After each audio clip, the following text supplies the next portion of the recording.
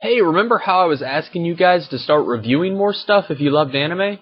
Well, I want to give a special little shout out to a community that took those words to heart and have been really actively reviewing here lately. It's the guys over at the Tyrocast. They have been absolutely awesome these past few weeks. Add to that, they gave me a really snazzy interview. You should definitely check it out. They're on Spill.com. I'll leave a link in the description. Thanks, guys. You're making a difference. So, I've said it before, I don't have to do episodes about just anime, right? I'm the Philosoph Otaku, I can do episodes about anything within the wider otaku culture. Being that, let me tell you a story about an ambitious young college student. See, he got an idea in a film class that he would make a documentary about anime cons, to show this completely separate world that exists within modern society. However, he shoots a few interviews, gets some footage, but then the class ends and he loses all the tapes. He should have worked harder.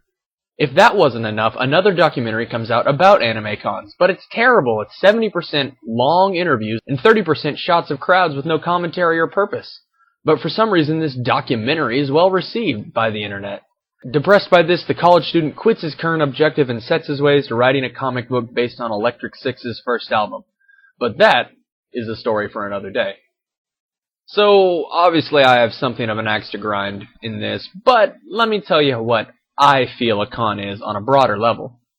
Let me first give my credentials to speak about this matter. Sure, I know anime, but do I know cons?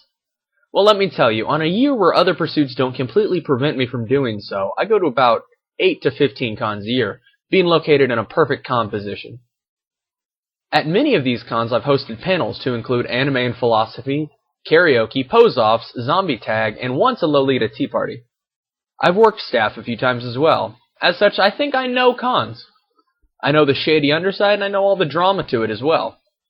Now, that being said, let's start by dissecting a con. Now, if we kept this on the broad, what are the things that every con has?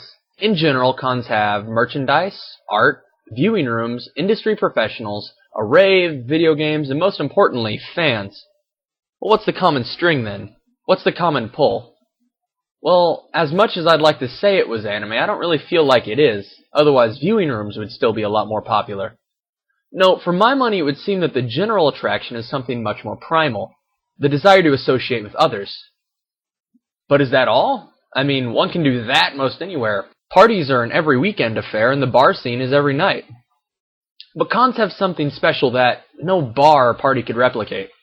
Let me see if I can elaborate on why, with a little story. Let me tell you about the most relaxed party I ever went to.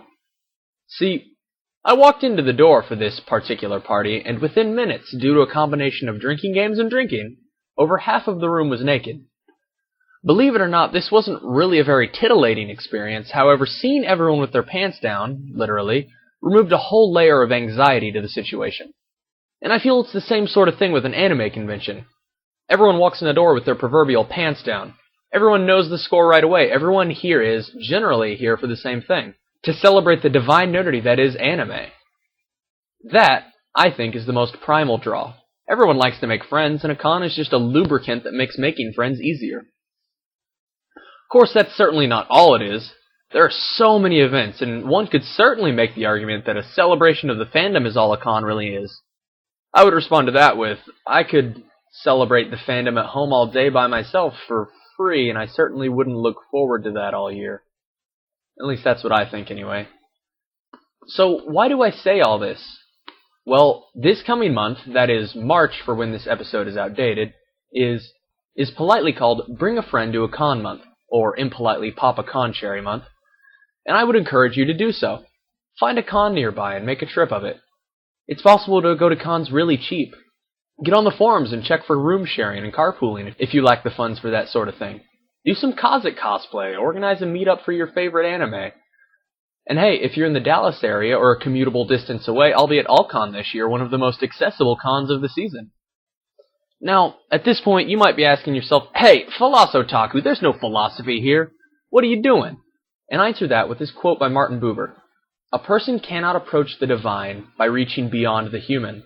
To become human is what the individual person has been created for. Hey, and while I'm at it, may I recommend his book, I and Thou, famous for the quote, through the thou, a person becomes I. and being a very interesting read on the necessity of others in the quest for self-actualization. Cons are important to us fans, as they are one of the best opportunities to meet other fans and expand the fandom, and by extension, understand our nerdy little culture a little better, and by even further extension, understand ourselves. And while you're there, you can discourage piracy by buying cool anime swag. Well, I'm the Philosotaku, and I'm working on my Kamina cosplay as we speak.